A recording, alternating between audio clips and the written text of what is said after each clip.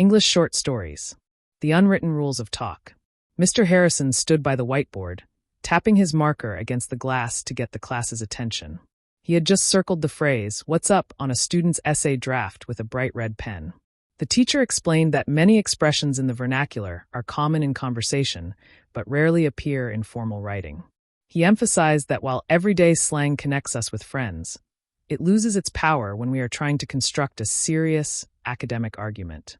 Sitting in the front row, Leo looked down at his own notebook, which was filled with doodles and casual notes. He realized he often wrote exactly how he spoke, using shortcuts and trendy phrases without a second thought. Mr. Harrison's lesson opened his eyes to the hidden boundaries of language. There was a time for relaxed, comfortable street talk, and there was a time for structured, precise English. To prove his point, the teacher challenged the students to rewrite a paragraph of their favorite dialogue into an official business letter.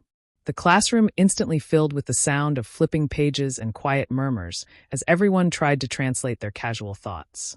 Leo found it surprisingly difficult to replace his usual filler words with sophisticated vocabulary, but he enjoyed the mental puzzle. By the time the bell rang, Leo felt a new appreciation for the flexibility of the English language.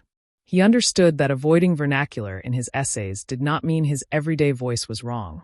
It just meant he had to learn how to adapt. Walking out of the room, he smiled and told Mr. Harrison he would see him tomorrow, making sure to use his best formal English on the way out.